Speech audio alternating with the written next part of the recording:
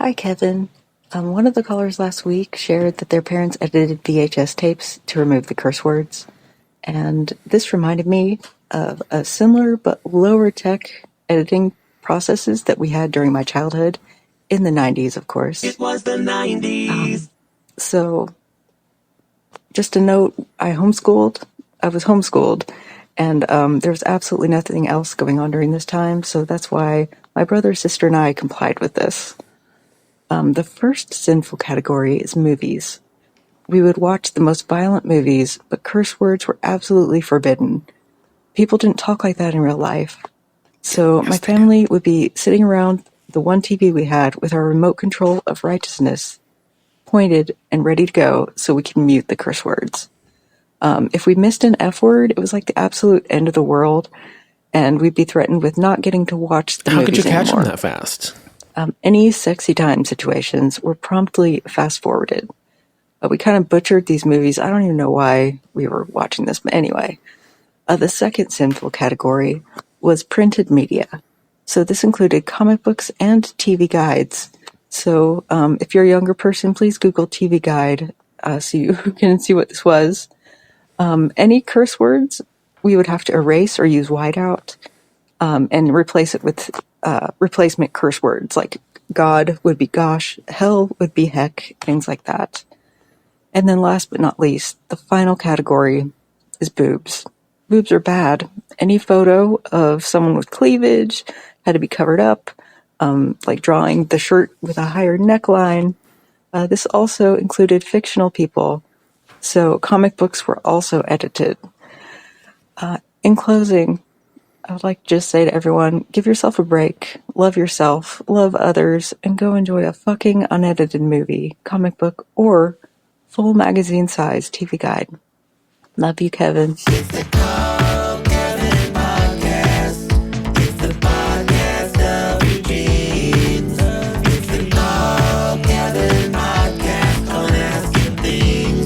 Podcast Kevin with Call Kevin. Why, hello there. Welcome to another episode of Call Kevin. It's my weekly call-in show where you go to kevinjamesthornton.com, press record, and ask me a question, tell me a story, whatever it is you want to say, and it could be used on a future episode of Call Kevin.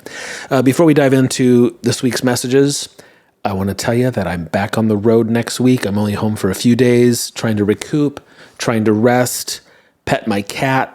He has diarrhea. You guys know I've been dealing with my cat's irritable bowel disease for the past several months.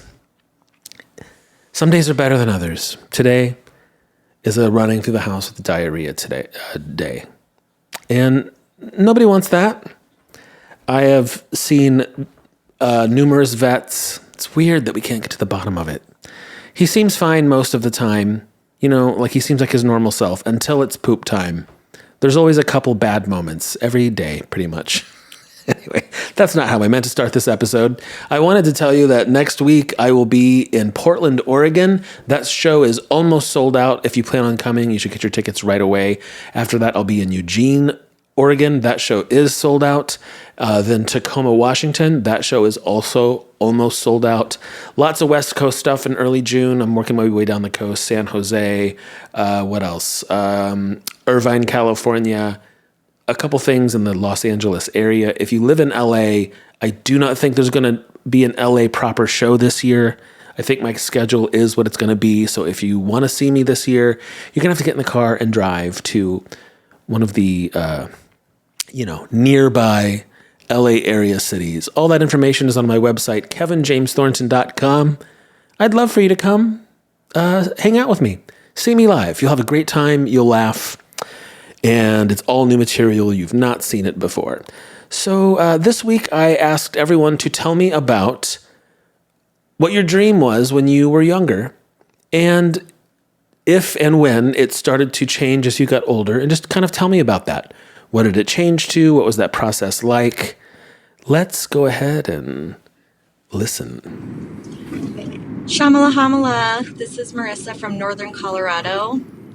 Hopefully you can hear me. I'm driving to work, contemplating your always ever so in-depth Secret Sunday message question about dreams. I just turned 40 and I'm starting over. I don't know what the heck my dream is. I've done everything. I've lived a lot of different lives, lived a lot of lifetimes, played a lot of roles. You name it, I've done it. I've worked in every industry. I've opened and closed businesses. I've gone to a lot of schools. I was a theater kid. I was convinced I was going to be a famous actress by the time I was 20. I moved to Hollywood for a summer and tried to make it happen and gave up very quickly. That wasn't enough time. And I don't know what to do now. I'm a single mom. I have a steady job. It's not what I want to do for the rest of my life. I don't know what I want to do with my life. I would like to have a dream. I would like to feel excited about something again. Like I'm pursuing something and putting energy towards something. But I don't know what that is. I want to find a balance between giving back and being successful, because I was the first one in my family to graduate college. I come from a very poor family. I am so grateful to have a home and food in my fridge and a car to drive, but I've never been financially abundant. And I would like to be, and I would like to give back. And I have tried to do that in a lot of ways. And it's never been sustainable. So I don't know what's next. I have no freaking clue, and I don't know how to figure it out. So any ideas, any bursts of inspiration, please throw my way. Thanks. Hi, Kevin. This is Alex. My lifelong dream as a child was to be a teacher. I thought that would be the one and only career I would ever have in my life. I graduated college with an elementary education degree. I started teaching, and I was so excited. My first year, I was so exhausted, but I thought it's going to get better. It's going to get easier. My second year of teaching, I moved to a different school, and I had a different principal who told me I was no good at teaching and I should think about leaving the field before I spent too much time in it. And that really hurt me. But I pushed forward. I thought, if I'm meant to be a teacher, then this is going to get better, it's going to get easier, and I will find more enjoyment over time. But my third year of teaching came, and it was not any different. I was so exhausted, I was mentally drained, and I was not enjoying it. And I thought, this is not what it's supposed to be like. But the thought of leaving the field, not only would I be disappointing myself, but I'd be disappointing everybody else that I had told, I'm going to be a teacher. My family members, my former teachers, I thought, I can't leave. I'll be letting them down. But at the end of the day, I had to do what was best for myself. I had to preserve my mental health. And so I ended up leaving, pivoting to something else, and it was the best decision that I ever made. But it was so difficult giving up on what I thought was a lifelong dream. When I was a young man, I dreamt of being a theater actor. I knew I was capable of leading that life. Then I became a dad. 9 times over. Whoa. I needed a stable income to support my family. I became a registered nurse and worked hard to rise up the ladder and succeed. But in 2013, nearly 30 years after giving up a life in the theater, I was cast in a lead role after a nerve-wracking audition. I've been working nonstop as a paid professional actor in Buffalo, New York ever since. But I still feel like I need to try in New York. I'm 57 years old. My wife is disabled from a stroke.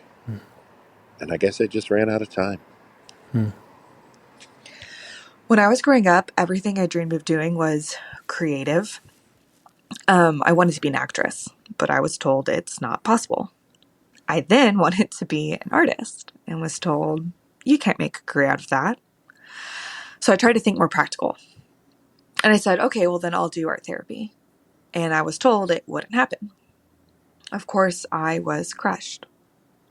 So I just abandoned my dreams, went through the motions, took on normal jobs, but then I was super dissatisfied with life. When I got older, I finally decided, well, I'm going to do something for myself. So I auditioned for a local short film, had a great time. I fell in love with the process of filmmaking. And in that moment, I decided I wanted to pursue this. I wanted to work on films. So I expressed this, and I was again, as an adult, told, well, that's just not possible. But things had changed. I wasn't the younger version of myself, and I no longer accepted what others dictated, and I pursued it anyways. So I've been working in film for 10 years now.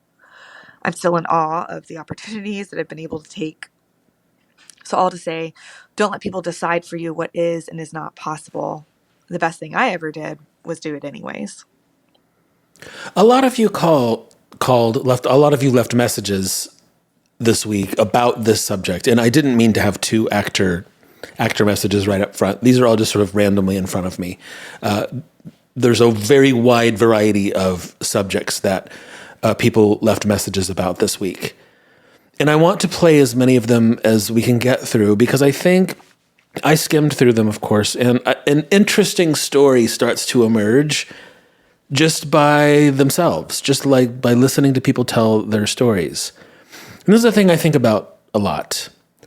I have, like the first person said, I've lived a lot of lives as well, and I feel like I've started over many times.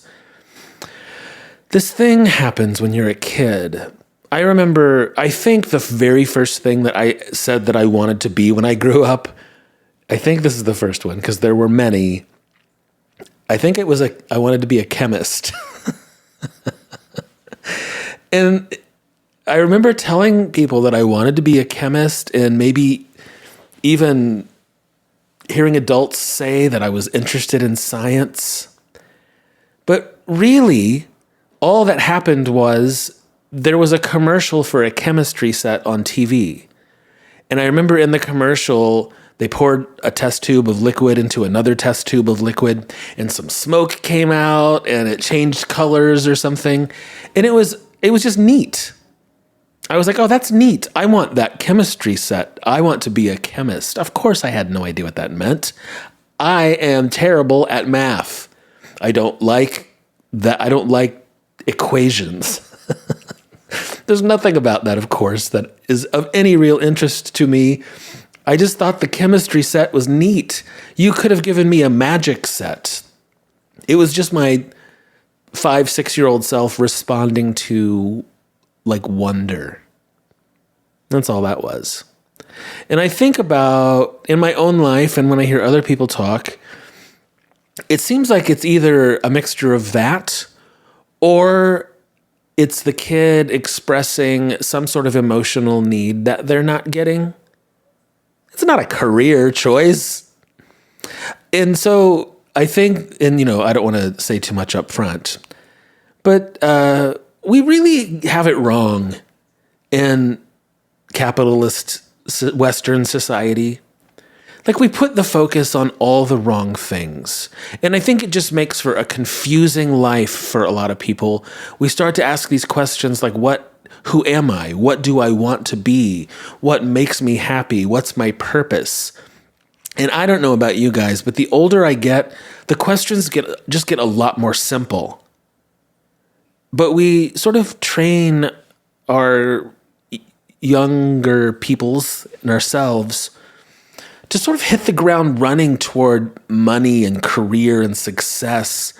And I think that's the path away from just simple happiness. Anyway, let's keep exploring your stories.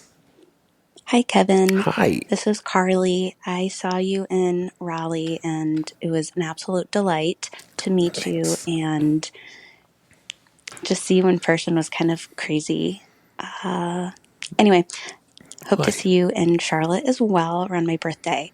That show was canceled. I just had this random thought. Sorry. I really wanted to have a dance break, and thought it would be fun to have that as a ringtone. Can you do that? I'll continue just having a dance break when I listen to your podcast, but thought that could be fun. Okay, love you, bye. A ringtone? How do you do that? do people still do ringtones? I don't know. How do I make that? I would make it available as a ringtone. I've not thought about that in a long time. Let me look into that. Meanwhile, let's do an early dance break. Dance break in your car, in your office, where you are. Dance break, move your booty. Little shimmy. Down like it's your duty. Dance break. With the boobs. Boobs are bad, we learned at the beginning.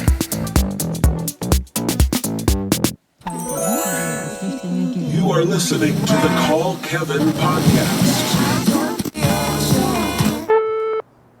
Hi, Kevin.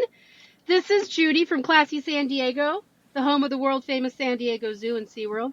I was at your show when you were here in San Diego, and I got to say, I loved it. I was thrilled. My face hurt and my stomach hurt from laughing so hard. To answer your question, my childhood dream was to grow up and be a veterinarian. I became a teenage mom at 15, and that kind of derailed me from that dream. I eventually went to school to be a veterinary technician, and I did that for a while. But life derailed me again. I got a job making more money selling cars, and that's what I did. Now I do property management, and I house Marines on Camp Pendleton. Go figure. However, my dream is my dream, and I am a Dr. Doolittle. Injured animals find me. People that have sick, injured animals, creatures that they find on the side of the road, birds with broken wings end up in my hands. And I am a Dr. Doolittle. I have all these creatures at home, and although I house Marines, I nurture and take care of injured creatures, and it is an absolute joy. So that's my story. Thank you for being such a kick-ass. Thank you for sharing your story. Thank you for making your comedy about your reality. I love it. And keep doing what you're doing. I hope all your dreams come true, Kevin. And I'm going to continue to watch your story and chase you around and find you wherever you go. Come back to San Diego. Have a good day. Shamala hamala. I wanted to be a veterinarian when I grew up until one of my cats got sick and it had like this big, nasty, disgusting, oozing thing on its neck. Like it was really, really gross. And at that moment, I decided that I did not want to help heal animals. I just wanted to hoard animals. Now I make pet supplies. I'm 30 and that dream went out the window when I was like probably 13. Hello, my name is Elke, she, they. I live in Western Massachusetts. At 18, my dream, having lived in the Midwest my entire life, was to become a good pastor's wife and support whomever God had chosen for me, to be a good helpmate and life partner to that person so their career and ministry could be advanced.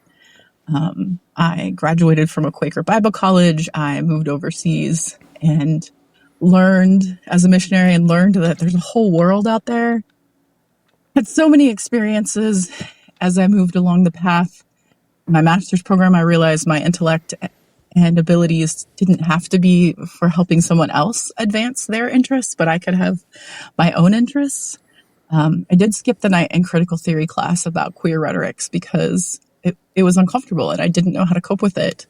Fast forward many years as I've finished my PhD and I became a tenured professor and came out and got married to a woman. And now as a divorcee living in Western Massachusetts, with my interfaith relationship where my partner is Jewish, and just living in a place that I never would have conceived of for myself.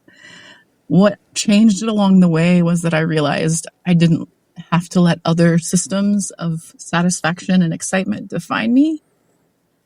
It's just been a great wild ride, and I don't know where I'm headed next, but wherever it is, I'm excited to see where it ends. And yeah, quite different than what I expected to be when I was young. Like I said at the beginning, when I was a kid, I think my first glimpses of what my dreams were just that kind of wonder kid thing. But pretty quickly, I started to do some more complex emotional things. I think as I began to realize that I am gay, and in the 80s in a small town in Indiana. That was never going to work. And so of course I had a lot of complex feelings around it. And I started to, not consciously, of course, but I started to, find ways to get people's approval to feel good about myself. I think inside I was like, this is not good. I am not good. But when I do this sort of thing, that teacher really responds super positively to me, not to get way overly therapy-ish about it, but I did that. I've said before that when I went away to college and I was sort of leaving my hometown and also leaving my faith behind, I started doing this complex thing of trying to prove that I was worth something. And that is what I think drove me into wanting to be a performer, because it made me feel like I was worth something. And I knew that I could get positive affirmation out of people if they thought I was talented.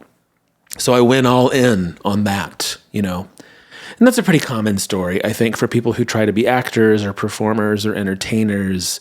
You sort of seek the spotlight to feel like you're worth something. But then over time, I just actually got good at things. More than one thing is true at once. I have been experiencing this weird thing lately because many years ago when I was younger, I was on tour as a comedian, storyteller. I did a more theatrical thing back in those days because I was on tour at this circuit of arts festivals called Fringe Festival, not French festivals.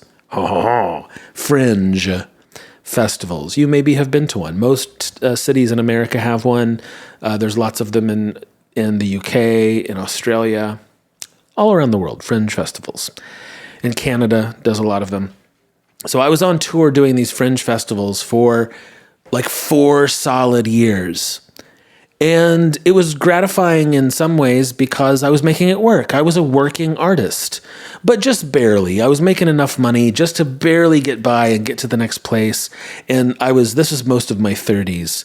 And by the time I was getting close to 40, I was like, oh, I've got to do something else. Like I'm broke. I'm going to end up being 40 years old with nothing. And that's sort of what happened. I fulfilled my own prophecy. And decided to live differently and get myself together in a different way because I had just worn that dream out. It wasn't fulfilling. It was wearing me out. It was exhausting. The reason I'm telling you that is because today I'm experiencing this weird repeat moment where I'm back on the road again. I'm doing shows all over the world. And I'm on the go.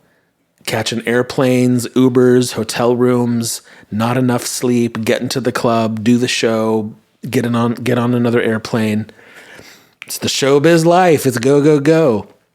And I am sort of repeating this weird thing that I did over 15 years ago where I felt like I was failing. I was so exhausted. And today I'm sort of weirdly doing a similar version of it, but now it's successful.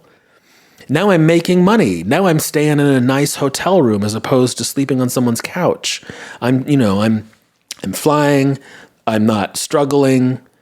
But I'm still doing that like traveling showbiz circuit, and I'm tired.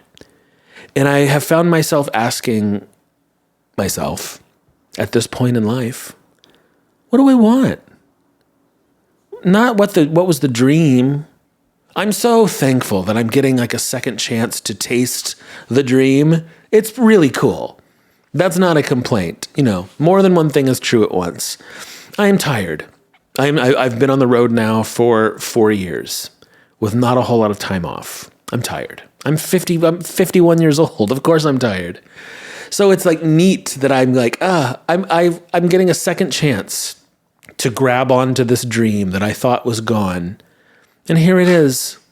It's working. My dreams have come true. I'm tired. I'm asking myself, like, what is life about? what would I like to be doing?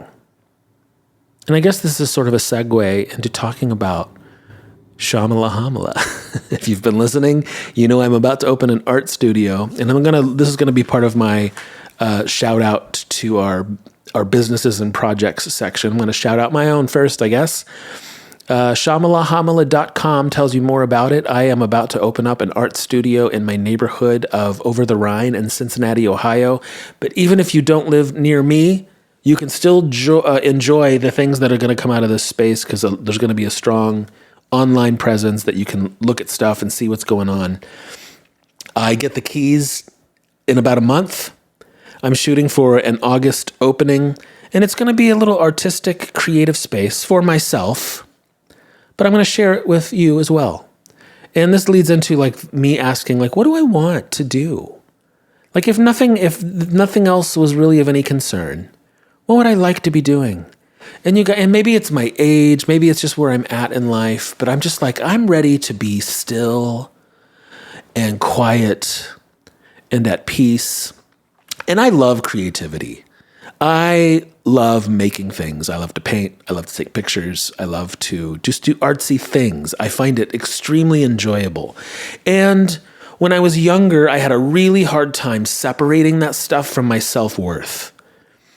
You know, I couldn't just write a story or make a picture or be in a play. I had to do those things and attach to it my self-worth and this dream that I had to become famous and super ultra successful. And I don't care about that as much now that I'm getting older and that I've tasted some of that success now. I'm like, this is great. Super cool. I got a taste of it. I kind of just want to be real quiet and simple and pet my cat and walk over to my studio and maybe teach a photography class. That's just where I'm at, you guys. What else we have on this community shout out thing? These businesses, I'm just shouting them out as they're people who are friends and listeners. These are not necessarily products that are endorsed by me. We'll do this one. This was an early sponsor of the show. This is Strings for Hope. It's a studio in Nashville, Tennessee, where I used to live. They make really cool jewelry out of guitar strings, but like with a purpose. So this is off their website. It says, established in 2010, Strings for Hope is a survivor-led organization that has dedicated the last decade to making a positive impact on the local Nashville community. By upcycling secondhand musical strings, we create job opportunities for individuals overcoming substance use disorder, domestic violence, and human trafficking. At Strings for Hope, we believe that economic opportunity is key to disrupting cycles of abuse and exploitation. Whether survivors seek long-term employment with us or view it as a stepping stone toward their goals, we provide a trauma-informed workplace with ongoing training, assistance, and dignified wages. Our products embody the spirit of Nashville, kind, creative, and deeply musical. We take pride in contributing to our community and transforming the lives of survivors within our city.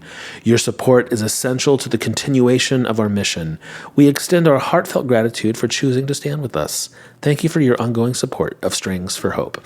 If you go to stringsforhope.com, check out their jewelry. It's really cool. It's all made from guitar strings that have been donated to them. This studio used to be in the same building as my studio back in Nashville. They're really cool people. It's a good cause, and you might actually like what they've got. Go check it out, stringsforhope.com.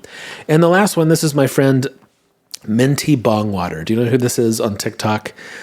Me and Minty were kind of blowing up on TikTok at the same time, and we bonded a little bit in those days. We've made some content together back in those days. If you're a longtime watcher, you might remember some old school, like circa 2021 TikToks of me and Minty going to the Olive Garden. We made 2 or 3 of these.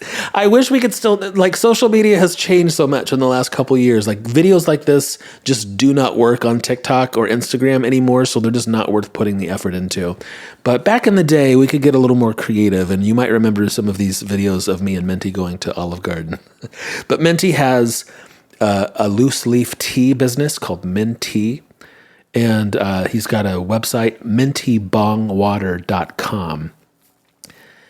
And he's got tea and tea accessories. This is a little blurb. It says, I started my tea brand because of my love for experimenting with different tea recipes, sharing them with friends, and eventually the world. My goal is to inspire people to create and embrace their inventive side. Each of our tea blends is hand blended and made in small batches. We source our own tea and dehydrate our own fruits from scratch in order to bring you a better cup of tea. If you are a tea drinker, I've been to Minty's house. They make this by hand. Dehydrators all over the place, dehydrating fruit. It's very intentional and handmade.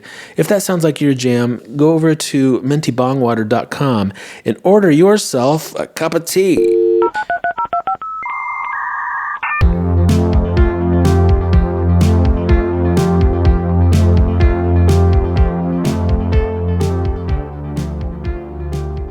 Hi, Kevin. It's David in Cleveland.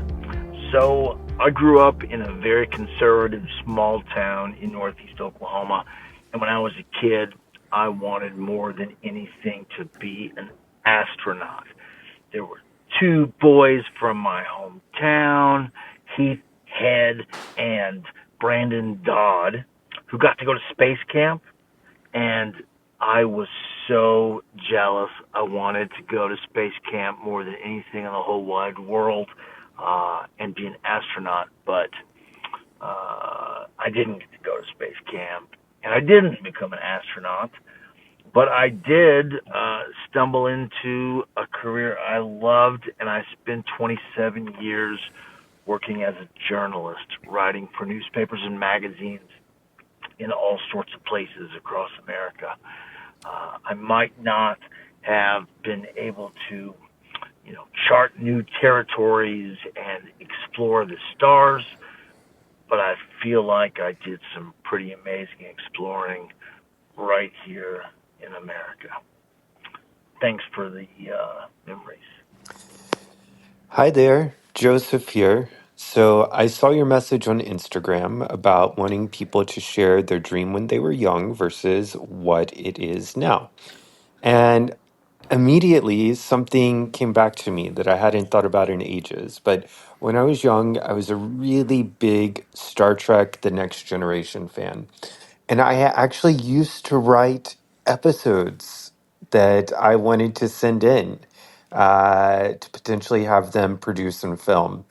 Um, you know, I ended up being a yoga teacher. I run a yoga studio in Miami. And so much happened between wanting to be a sci-fi writer and being a yoga teacher that is just like mind blowing. Um, but yeah, I totally forgot about that. And now, in the past few years, my dream has come back to writing again. And I've been writing a book about yoga and its intersection with 12-step recovery because I'm a sober person.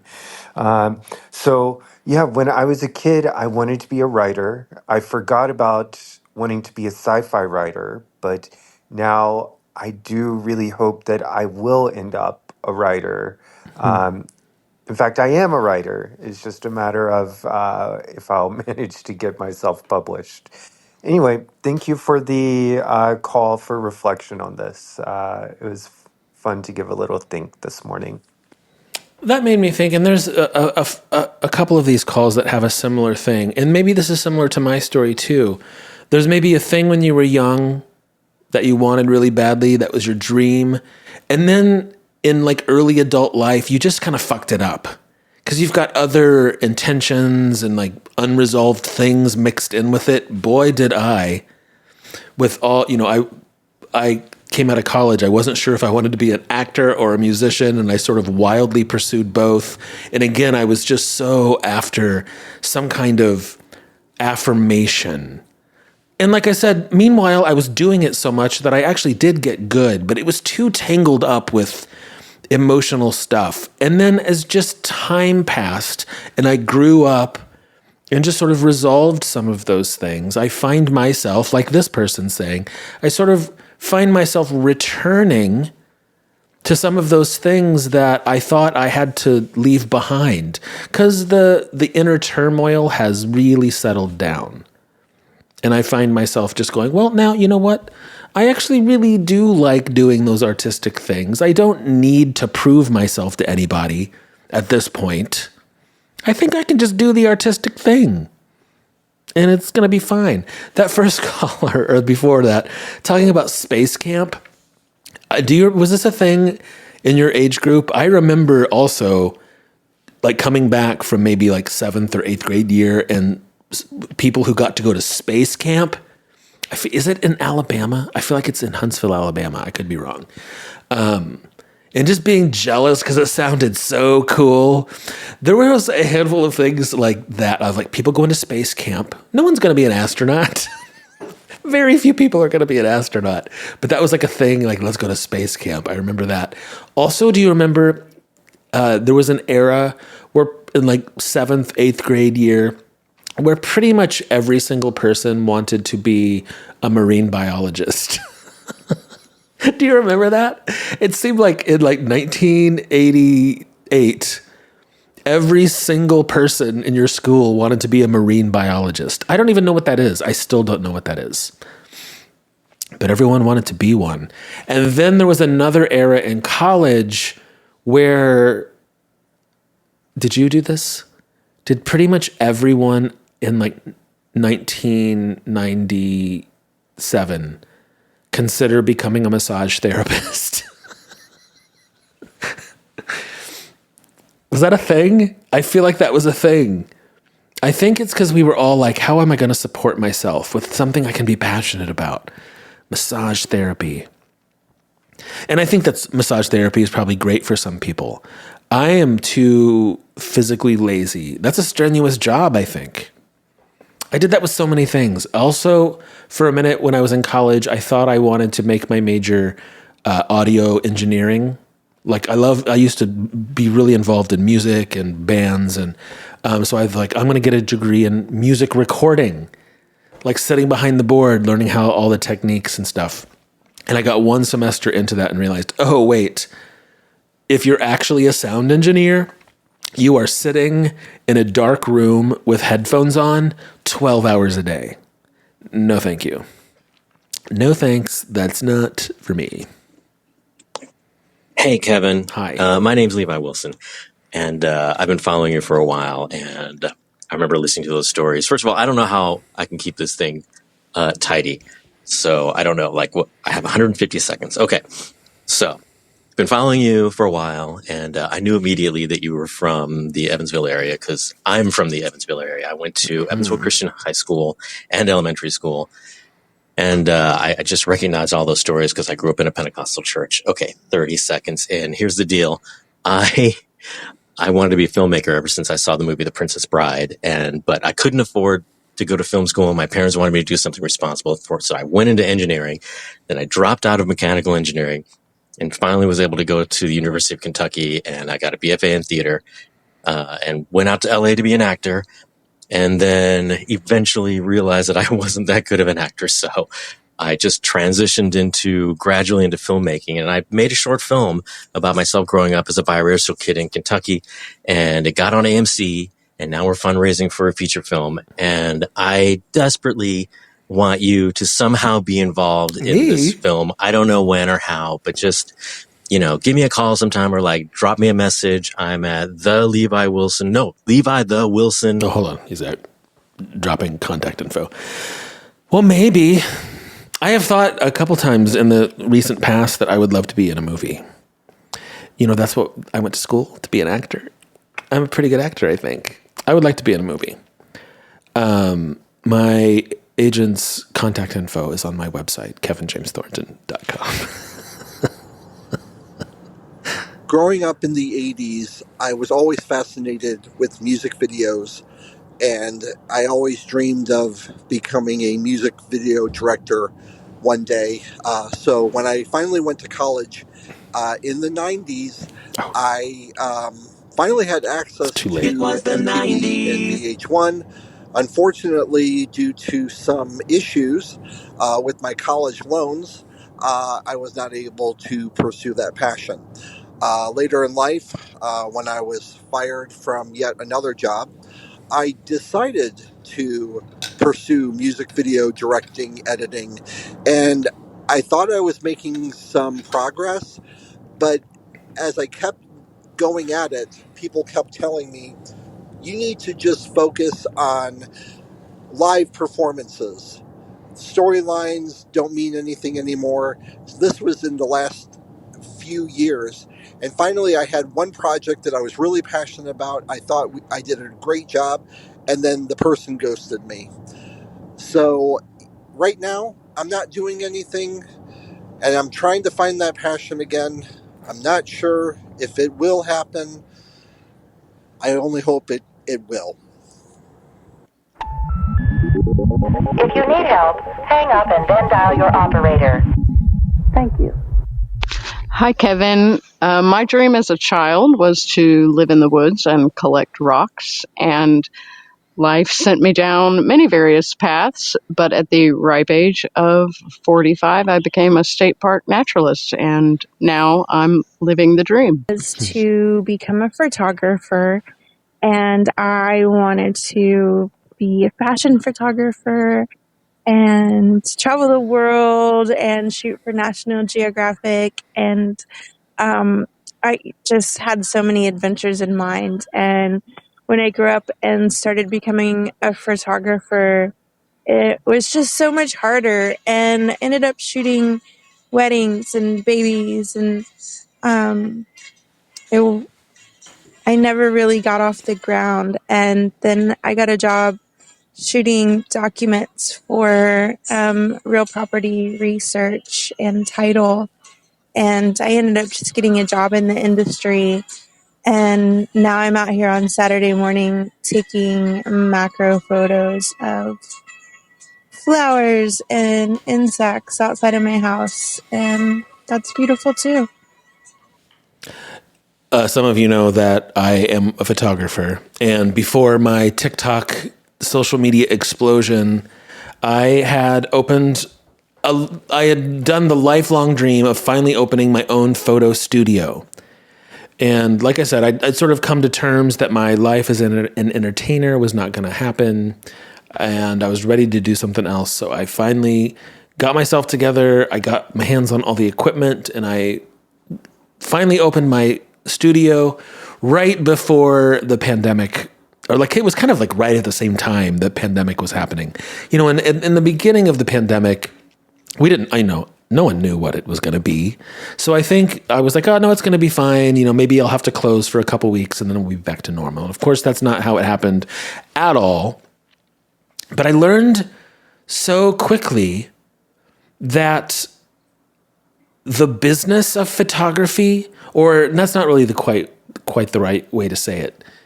Like the jobs I found myself trying to go after to like make money as a photographer, I hated. Like for me, I like making artsy pictures, and it's sort of when I'm at my best in whatever I'm doing. You know, if I just get to follow my creative muse, I can do something pretty cool. The moment it becomes like a made-to-order service, I suck. I can't do it. You know, and so almost immediately, I'm like, oh, I officially have a photography business.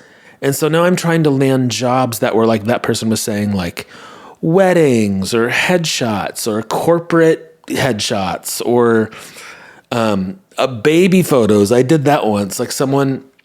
At this point, I was like, okay, I can't do any of this like made-to-order photography because I don't like it. And I'm not especially good at it because you're supposed to sort of imitate the look. Like for an actor's headshot, this is probably boring what I'm saying, but like, you know, people go to a service, they want to order a headshot that looks like a professional actor headshot. It's a very specific thing. So someone like, it was like, made me... A friend made me photograph their baby and I did not do a good job. I'm like, I don't know how to photograph a baby. So in a weird way, and then my social media stuff blew up and my studio sort of fell to the wayside. So I sort of got saved from having to photograph babies. I didn't know that I don't enjoy that. I don't know where I was going with that. Did that have a point? Maybe. Hi, my name is Audrey Assad. I live in Nashville, Tennessee. And when I was a kid, my dream was to be a wife and mom. And that's because I went to an evangelical church and it was the 90s. It was the um, 90s. yeah, I thought I would be a wife and mother. I thought I would get married at 18 like my mom did and have kids by 20 like she did. And I couldn't really imagine anything else for myself, um, because it just wasn't the way women were raised in my Plymouth Brethren background. Um, and then I turned 18 and I didn't get married, and I turned 20 and I didn't get married, and 24. And it provided some room for me to imagine other things for my life, even though I didn't know what those could be. I didn't go to college. I didn't really set myself up to be a working person in the world. And I ended up becoming a musician, dropping out of the one semester of college I tried to do and pursuing that and never looking back. I'm really grateful that my dream didn't work out. Mm. Oh, that was probably why you moved to Nashville, I'm guessing. That's also why I moved to Nashville as well. Okay, so when I was a kid, my dream was to be a doctor and help people. And it changed when I was a teenager, and I worked in a pharmacy, and I realized that I don't really like sick people. And as I got older, my dream has got smaller, but more meaningful. So now I'm a mum and a partner and a friend, and my value is in, I guess, I find my value in who I am. Yeah. Is that the end of that? It is. You know, and I said this at the beginning, this might just be an age thing, and maybe it's not a lesson, or maybe it's just a really difficult thing to learn when you're young. Maybe you can't. Maybe you have to live through it. But growing up in a capitalist society that places so much emphasis on success, chasing your dream, making a ton of money, huge, everything's it's just money and success. And of course, obviously we have to make livings to feed ourselves. But damn, I wish we could structure our society a little different, and what's important. And maybe this is the thing, that maybe this is a lesson you just have to slowly learn over time. But I just wore myself out with ambition of struggling and trying really hard to make a thing successful, and never really considering how I felt. When I was young, I never really stopped to consider how I felt. Did I feel good? Did I wake up in the morning sort of feeling easy? Did I enjoy my day? I never asked questions like that when I was in my 20s. Who cares if I enjoyed my day? I'm trying to become a thing. To what end? For what reason? I remember often sort of fantasizing that when I finally had a successful career, then I would enjoy my life. Then I would be happy. And it just never came. And I just wore myself out. That's how that story ended. I just sort of got to, and this is in the book that I just wrote, coming out early 2026. It tells this story a little bit. I just sort of burned myself out. I don't know how I could have done it any differently. I don't know if current me could have gone back in time and said, Kevin, stop. Oh my God. Wake up in the morning and look out the window and just be glad you're here. You're making everything such a test. You don't have to do that. Life is the good things in life you already know. It's like you spend your whole youth sort of trying to convince yourself that there's more than that. And there just isn't. So when I was a little girl, I wanted to be like a famous author. And I would spend a lot of my free time coming up with stories and poems and making illustrations for my story. And when it came time to go to college, there was this really great creative writing program in the same town where my aunt and uncle worked. And like they even told me, I could go and live with them and, if I could get a scholarship to study creative writing. And I was just so afraid of being away from home that I didn't do it. And instead, I majored in music and voice because I thought maybe I wanted to be a music teacher too. I went through a lot of different majors, including culinary school. And I think the reason why I eventually sort of changed what I wanted to do is that going to culinary school made me realize how quickly something becoming an obligation can kind of suck the joy out of it. Yep.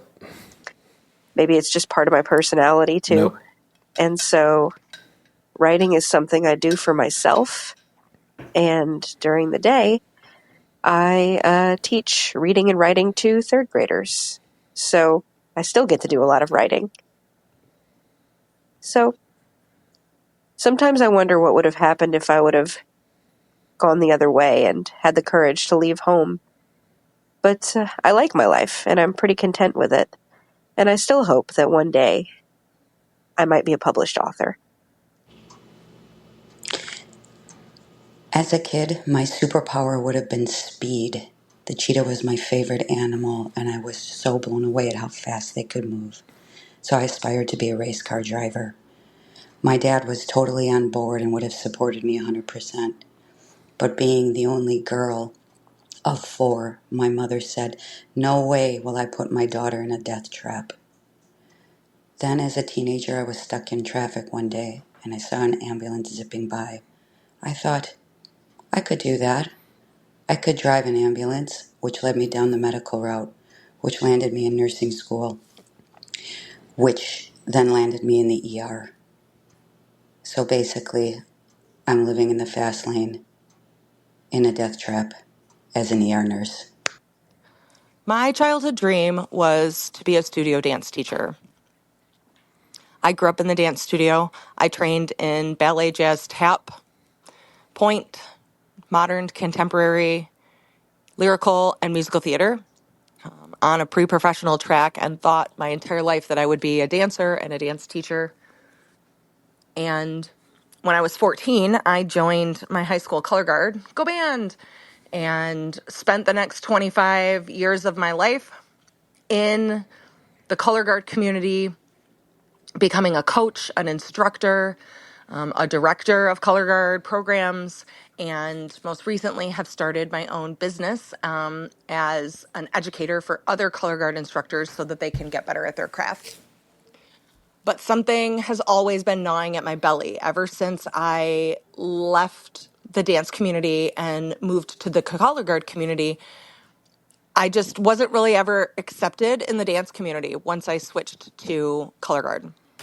And in 2022, I decided that I was going to achieve my dream. I was going to go back into a dance studio and I was going to get hired as a dance teacher. I had spent 15 years in a studio training my body to do the thing. And then I spent 25 years teaching others how to do the thing with all of my dance training. And I achieved a lot of gold medals along the way in color guard. I had teams that competed across the state of Michigan and did really well, but it still, for some reason, just wasn't enough for me. And in 2022, I got hired by a company called Dream Dance Co. Shout out Annie Mix for giving me my first opportunity to teach in a studio. And I taught 14 classes for children ages 2 to adult, and it changed everything about my life. And I am so thankful that I waited, and I am so thankful that I was able to keep going and see the light at the end of the tunnel, because achieving your childhood dream is sometimes a really, really hard feat. Was there a meow at the end of that? Did you hear that? I think for next week's show, I would love to hear from people about the moment you knew yourself. Like, is there a story you can tell me about a point in your life where you felt like, I know who I am now? Can you tell me about that? Or if you're maybe not there yet, what do you think it would take? When do you anticipate in your life being able to say, I know myself? Can you tell me about that moment? Can you go to Kevin James Thornton, press record, and tell me about the moment in your life where you realized that you knew who you were? If you'd like to make a call, please hang up and try again. Hey, so my name's Karen. And when I was younger, I was definitely a creative. I had dreams of being, in theater, doing stuff in movies. And for a brief moment, after high school, I did dabble in special effects, makeup, stunts very briefly for some very low budget films. And then later, a couple years later after high school, I got hit with polycystic kidney disease. So I had to have a kidney removed. And that kind of forced me to face some things that younger people wouldn't normally have to think about as far as my own mortality. And I was told that I wouldn't make it past 30 and that I should expect to die young. And so I always had that thought in my mind that I was going to pass at a young age. And that kind of developed into a passion for mortuary work. So today I am a mortician, and I am so proud to do this for people. I get to use some of my knowledge from my makeup back in the day to give people their loved one back temporarily in the best way possible. It's an honor to do that for people. And honestly, looking back, I think my younger version of me would be so proud. It's an honor to do what I do. Thank you, everyone, for telling us your personal stories. Thank you, listeners, for hanging out with me for a minute. And I hope you have a fantastic week. And I hope your dreams come true, whatever they are or aren't. Have a great week. I'll see you next time.